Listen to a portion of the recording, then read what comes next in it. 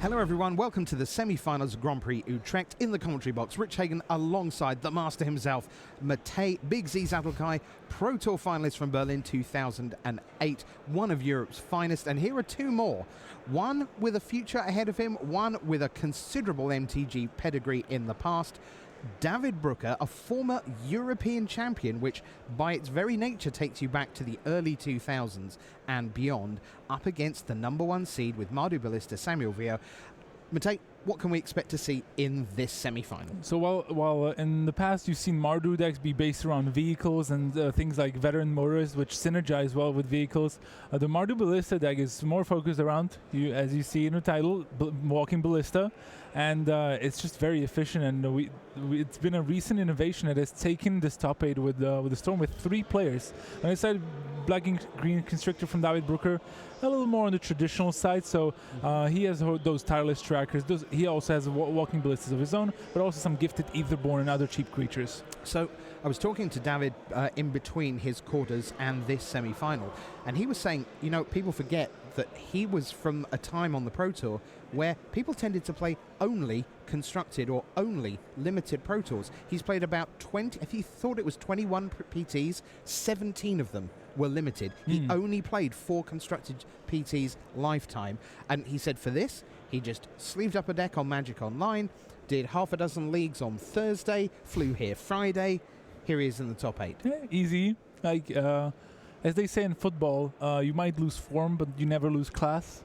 Maybe something like that. And David Brucker obviously still has it, like being able to play very well. I actually remember him from back in the day. It's when I started playing competitively, and he was always known for his limited prowess. But if he makes it work in constructed, I certainly won't mind.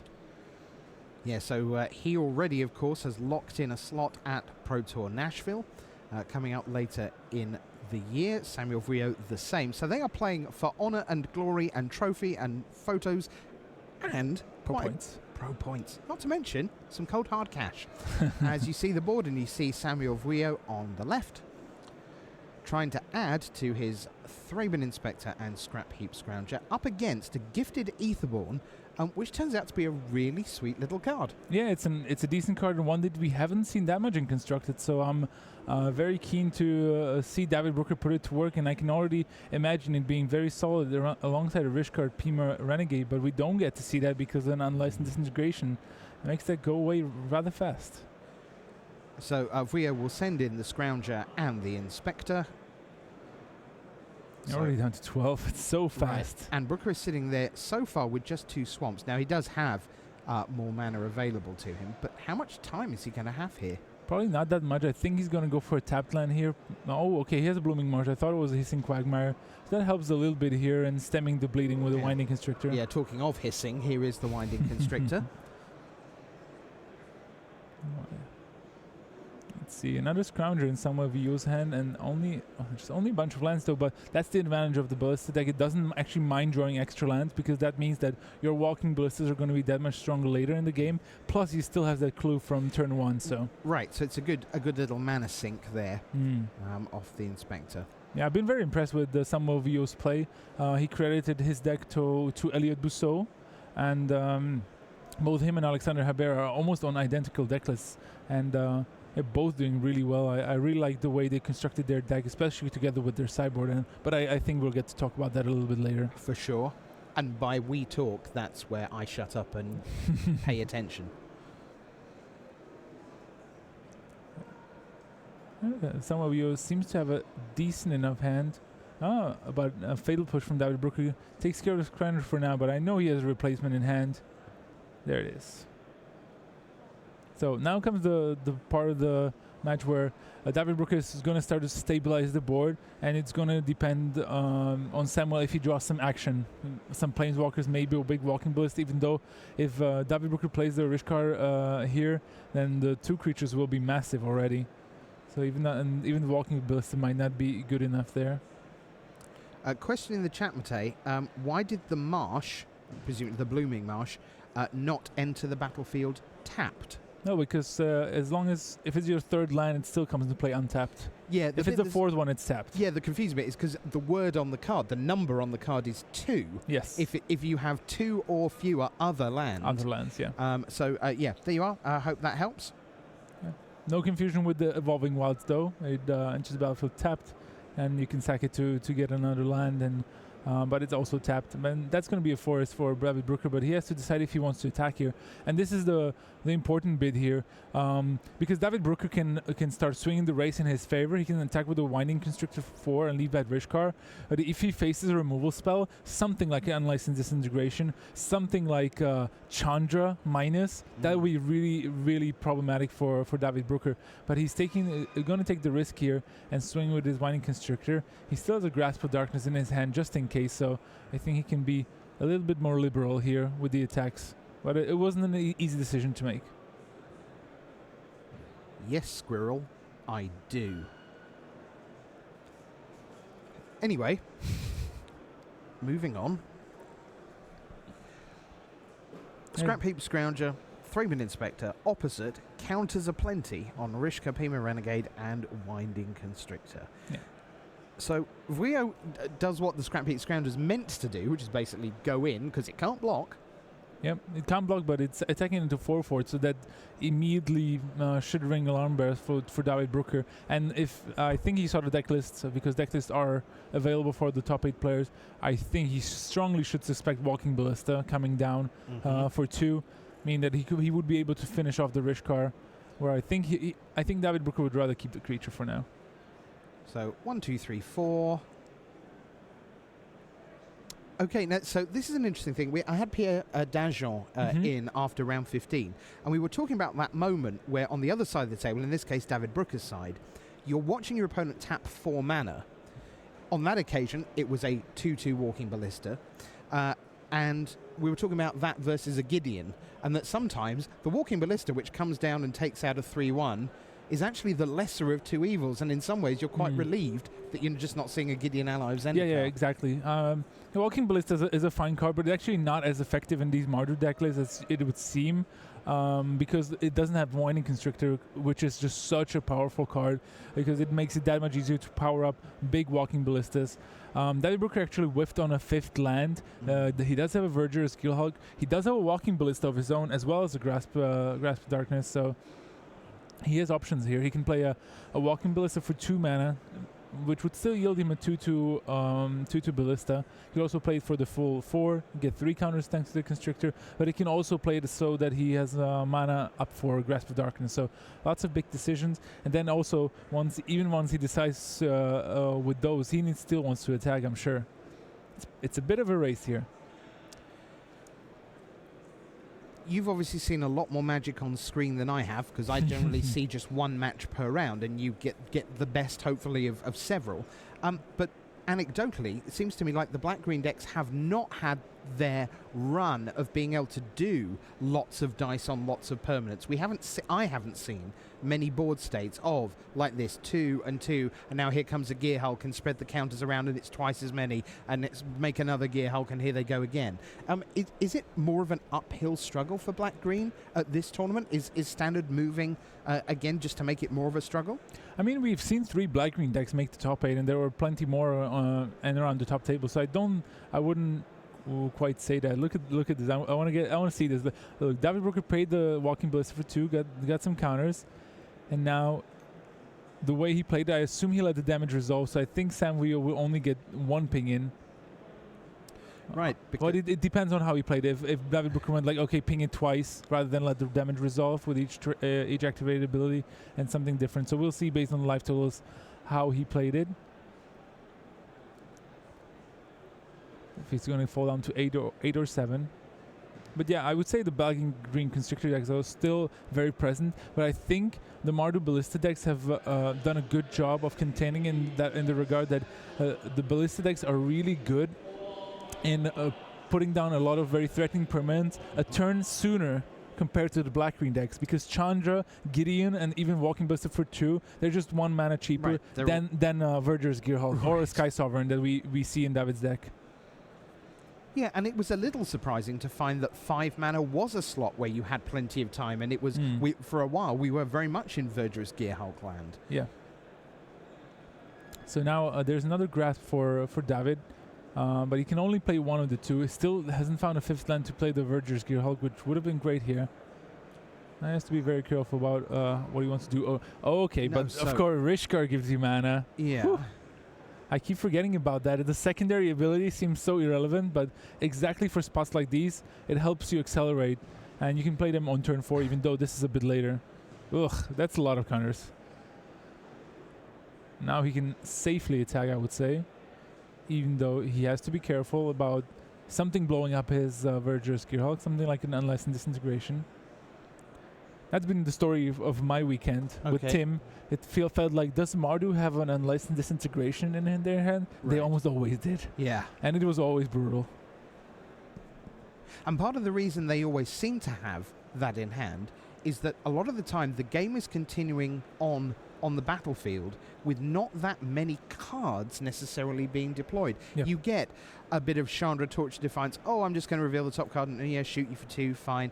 And I'm going to have, a Gideon maybe and make a knight. And sometimes we've seen Nahiri and, Sure, and yeah. there's a lot of stuff going on where the Mardu deck doesn't actually have to spend cards to potentially get ahead. And look at that. Scrappy Scrounger comes back, and while Samuel Vuillot might not have an Unlicensed Disintegration just yet, this is the exact spot where it would be absolutely brutal. Oh, and I think he has it. Oh. Of course. What did I just say? They always have it? He does. They always have it. And take 3 Wow. and just take a million more. That is game shot to Samuel Vuillot with Mardu Ballista. Mardu Disintegration, more like 1-0 to Samuel. And David Brucker will have to win games 2 and 3 if he's to advance to the Grand Prix final, a mere 15 years after being a European champion. Yeah, look at that. A fist pump from Alexander Haber. He's a friend of Samuel. They're playing an almost identical deck list. And I'm pretty sure his pet Jojo is also happy about that. Is that the name? Yeah, Jojo. we specifically asked. Fair. Yeah, he's been, and Jojo has been coming along to Grand Prix forever with Alexandra. we often see him near the top tables, but yep, that's for real. So in the other match, and as you can see, both matches are currently into sideboard action. And if you're wondering, and have not been with us before, so the deal is, in constructed GPs, the players get their opponent's deck list from the start of the match. So there's no advantage for scouting or seeing what your friends have watched, or whether you've got a friend in round 15 watching what your possible quarter-final opponent is playing, how they sideboard. None of that. You get to just look at their full list. So that's something, a sort of unique thing that happens at the top 8 level. So Fabrizio Campanino, he's Mardu Ballista as well. Just taking a look at those two. Yeah, I'm interested to see their differences, especially in the sideboard. And I think it's pretty clear that the French deck, so Haber and Vuillot, they have their sideboard plan consists of some oaths, and by some I mean 6. They have 3 Oath of Liliana, 3 Oath of Chandra, which is not that common. They also have Nahiris and Obnixilis. So in these sorts of matchups, it's a card they can bring in. And just start playing it slower. Right, yeah. Now, we saw, this is again with Pierre Dajon heading into the top 8, when we were watching Alexandre Habert up against Tom Law of England. We found that he brought in, and this is against a Mardu match, but Oath of Liliana and Oath of Chandra, and just to watch, it was kind of cool, because it's all very well knowing what the words on the card say, but it was kind of cool to see that really happen, because Oath of Chandra came down, killed something, Oath of Liliana came down, and then he started making planeswalkers. Yeah. And it was like, hey, I've got 3 things happening right now. It's not just my planeswalker. It's Oath of Liliana going, here, have a zombie. It's Oath of Chandra going again. It was brutal. Yeah. But Fabrizio Campanino has a bit of a different plan. He also has a Gideon, and I also see an Obnixilis. But he also has cards like Kalitas, and his main plan against a lot of these decks could be Fumigate. Right. To combat Black-Green. I mean, I don't think he's going to board it in a mirror match of Mardu, especially. He will expect his opponent to board in a lot of Planeswalkers, which makes the Fumigates that much worse. Yep. But of course, he has another land as well, and he's going to bring in his own planeswalker, just going to try to fight on this level. And the main difference in the main deck is the fact that Fabrizio Company actually is running Aethersphere Harvesters, which the French versions are not. And the Harvester is actually really good because the crew is very cheap and it can attack the planeswalkers very effectively. Right, yes. Unless, of course, there's a Heart of Kieran on the other side. That's the one. That's the one potential blocker. Sure, but this is another thing we can point out. Heart of Kieran is actually one of the cards that is being sideboarded out quite often. Oh, okay. Because you need to make room for the planeswalkers somehow. And it's hard to keep creature on the board for bits. So, and it's really bad to draw 2. Even though like the removal traits here and there, but I don't think I've seen many Heart of Kierans in post-sideboard games. Ah, interesting. Oh, that's really cool. Thank you for that. Well, I'm learning myself when I see them play. It's interesting to see because it seems to me that from learning from Elliot Bousseau and testing a lot of the deck, they figured out the way they want to sideboard in these common matchups. So maybe we get to see some more of the French Mardu Ballista deck in the finals or in the other semis if there's time. So. Yeah, I'm curious to see what their plan is. So we're heading towards game number 2 in Sam Vuillot against David Brucker. And remember, all 4 of these players are now qualified for the Pro Tour in Nashville. I'm going to head off and see Pro Tour Armonquette. Of course, we've seen some news about that in the last 10 days or so. Hopefully some of you have seen the packaging. And I think I saw somewhere for an upcoming GP, a really gorgeous playmat. Oh, it's actually for RPTQs, I think. Is it? Oh, okay. Yeah, like the big pyramid, and there was a person in front. I think, it could be that. Yeah, so it was starting to trickle out the bits of information about Armonquette. Looking forward to that Pro Tour, as always. The third of 4 in our 2016-17 Pro season.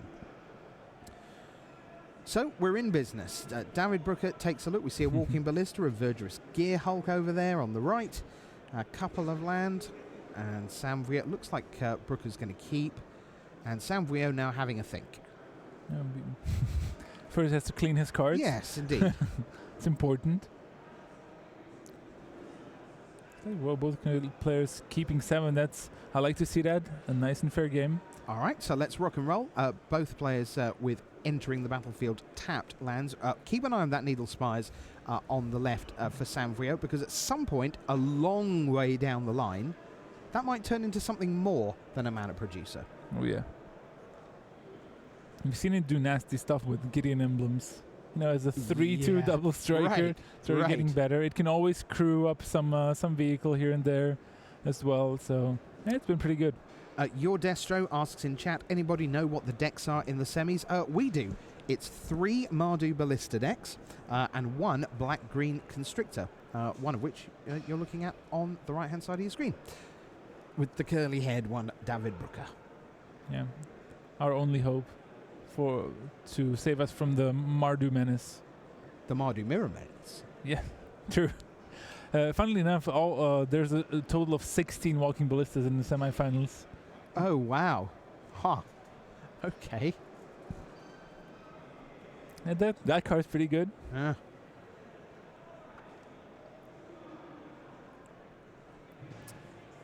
So there is Brucker. With all the hissing quagmires. Yeah. And he's going to reach out. Is that Natural Obsolescence, I assume? For Walking Ballista. That's a decent enough target. I mean, he doesn't have anything better to do with his mana, really. He can set up for a Walking Ballista of his own on the following turn. And I see Gideon on Samuel Vuillot's hand alongside an Oath of Chandra as well. See how he can develop his mana, though. I was going to say that the actual just look of the board in terms of mana availability isn't that special for him at the moment. Okay, so his own Walking Ballista. Another one. So Brucker draws. I mean, Brucker has some good follow-up turns here. I think he has a Walking Ballista in his hand, and he has 2 Verdurous Gear Hulks. So if he can stick a creature, then those creatures are going to become huge. And I think he has Gonti, Lord of Luxury. I love that card so much. Of course you do. What's that supposed to mean? I mean, I imagine limited your decks are not very good, so you prefer stealing something from your opponent's deck. Oh my god. I've seen your stream, Rich. I've seen your stream. Oh. Okay, I'm just going to pop my headphones off for a moment while I just quietly die from the sick daggers from my right. I mean, I have to. Someone has to take Simon's torch over here. We know he likes to dagger you, and I. We're live, right? Yeah. Just checking. That makes it that much better. Fair. All right, but Gonti found a good card. We couldn't quite see what it was yet, but let's see if Samuel Vuillot has something to follow up with. Okay, just the Thraben Inspector. That's a little bit of uninspiring, especially in the face of that Gonti. But Oath of Chandra can take care of that Gonti Lord of Luxury. Remember, you can still cast that card. Mm-hmm. Did Chad like it? Tell me, Rich. Did Chad like the burn? Of course they liked the burn. Love it. Love you, Twitch. You're a terrible person. So, back to the action. Oath of Chandra, Walking Ballista at 1, Thraben Inspector plus Clue versus currently nothing. Well, that's going to change very shortly. You can see that hand is looking very appetizing. Walking Ballista and 2 Verger's Gearhulks. Unfortunately for David, the face down card is land. Of all 4 were lands. We had some eyes on the floor. So when you're like he put a good card under there, and someone in chat asked, "Well, how do you know if you didn't see the card?" It's our little secret, little tech secret. We've got people on the floor feeding us information. Yeah, I'm wondering at this point if David maybe wants to just start jamming Verger's Gearhulks, but no, he's gonna go for the Walking Ballista and a tapped land, just to get it out of the way. It's a Blooming Marsh. The thing is, I know he's at 18, and yes, there's only 2 power on the board, but I suppose the thing is, if you've got the Verger's Gearhulks, you really do want maximum value out of them. True. See, I guess I'd have been quite happy just going, here's a Verger's Gear, try and make a Verger's Gearhulk as soon as humanly possible, and never mind spreading the counters, here's my 8/8 Trampler. The thing is, with the Walking Ballista on the board, putting the counters on the Ballista itself is just so much better. And in this regard, if David Brucker plays this way, it forces now Samuel Vuillot to react to the Walking Ballista, rather than maybe if that was Verger's Gearhulk, Samuel Vuillot could just play something else and just prevent David Brucker from doing something with the Gearhulk, like an unlicensed disintegration. Whereas the Ballista is not something you really wanna kill, and it's already presenting some relevant action to the board here. So we'll see how it turns out in the end, because these sorts of plays, it's really hard to judge them in a vacuum, because it really depends so much on what the other player has in their hands. Sure. One play could be better against one type of card, another one could be good against the other one. So 4 cards in hand for Brucker. And 2 of them are Verger's Gearhulks. Yeah, so for example, here comes the point where David Brucker can play the Gearhulk and start targeting the Walking Ballista with some of them, but there's a case to be made that if Samuel has removal for that, and all the counters will get wasted. Yep. Things like that, so very careful. And playing the Gearhulk into so many open mana, it just is very risky.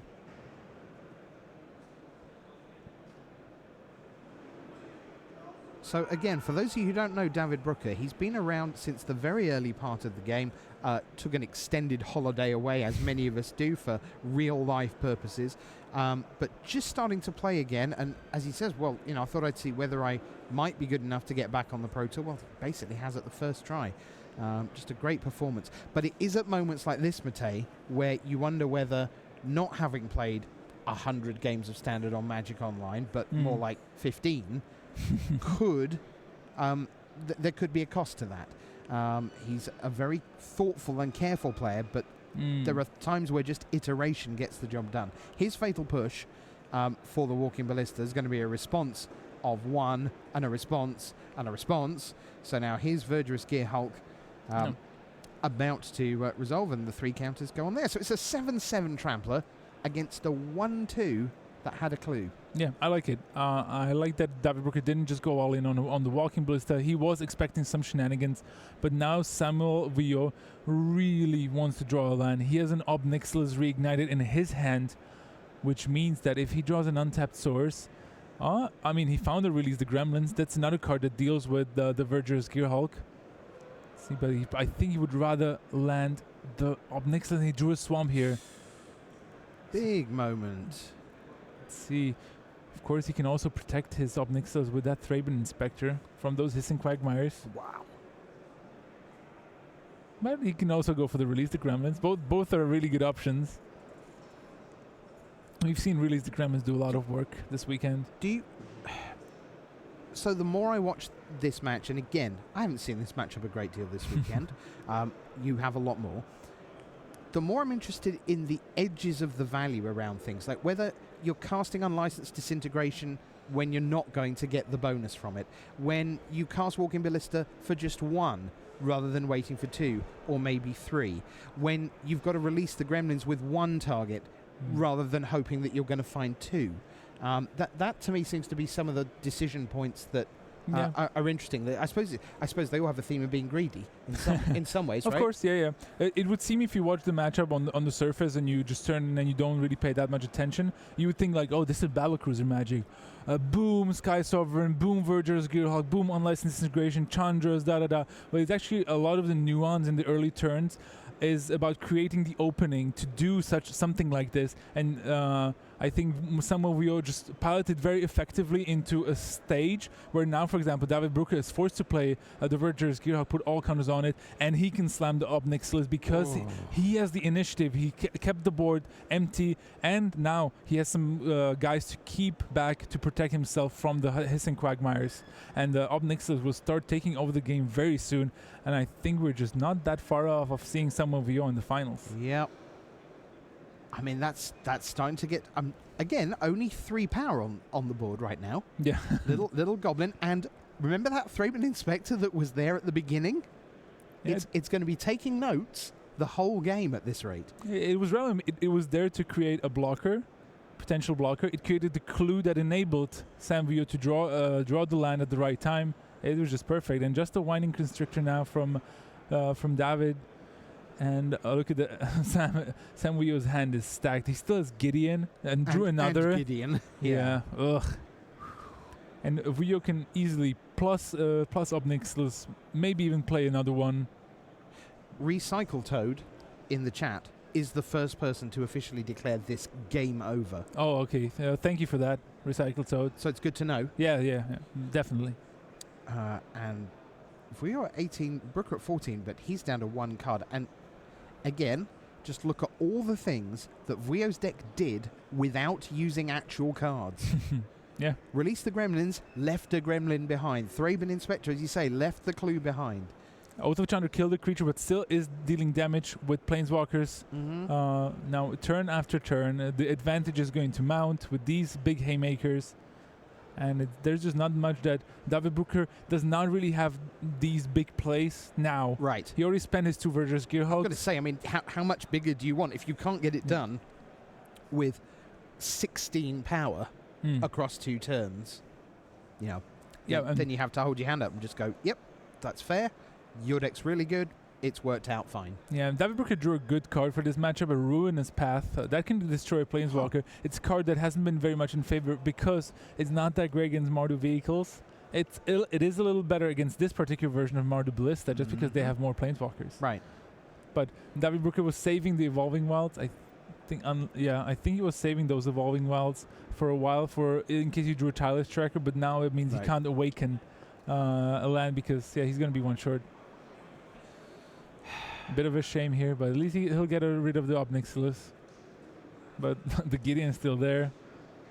And just a Winding Constrictor.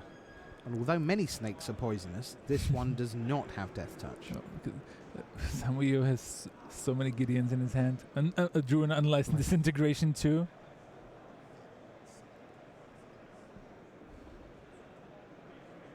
Alright, let's see.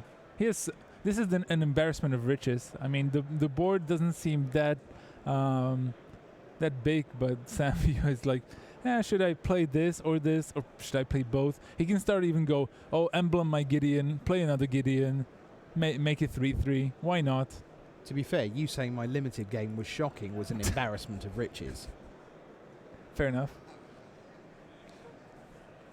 At least someone laughed there. Rashad in liked our it. studio, yeah. All right, Gideon at 5. We're only talking like this because Recycle Toad told us the game was over. Oh, okay. I forgot. In all seriousness, is there any way back? for Brucker. Let's stack his deck entirely. No, never mind. Never mind. Nice try though. And this is the thing where creatures can be answered pretty easily with Obnixilis with Disintegration, but Planeswalkers cannot. And yeah, there you have it.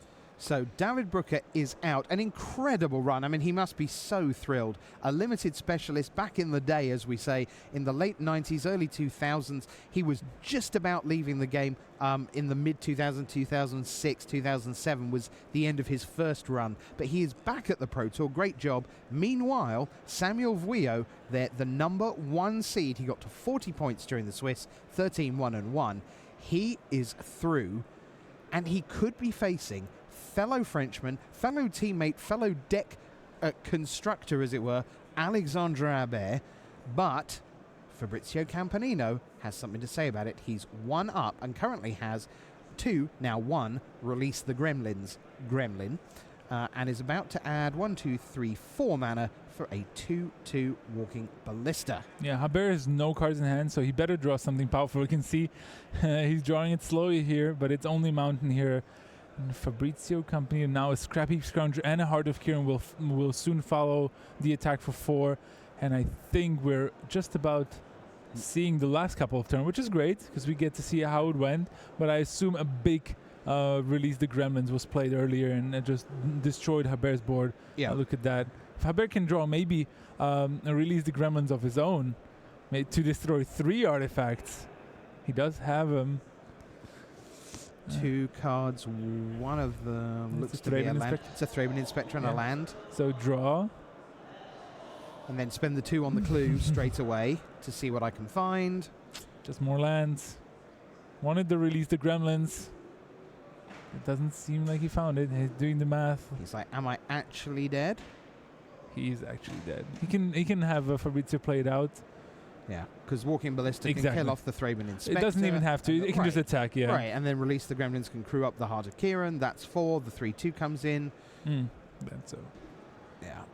he even just it's just going to add something else to the board. Oh, it's a Kalidas. Ugh. It's even worse. That can accrue the Heart of Kiran, and he can just swing in with everything else. So no all-French final, it seems. There it is, and Fabrizio Campanino advances to the final. Alexander Habert and Jojo on the shoulder is done, and just like, right, I've lost. Jojo, you're off. So there we are. That's the story of the semi-finals. Don't go anywhere. Tim Willoughby and Matej Big Z Zappelkai will be right back with you probably about 5 minutes from now with the final of Grand Prix Utrecht.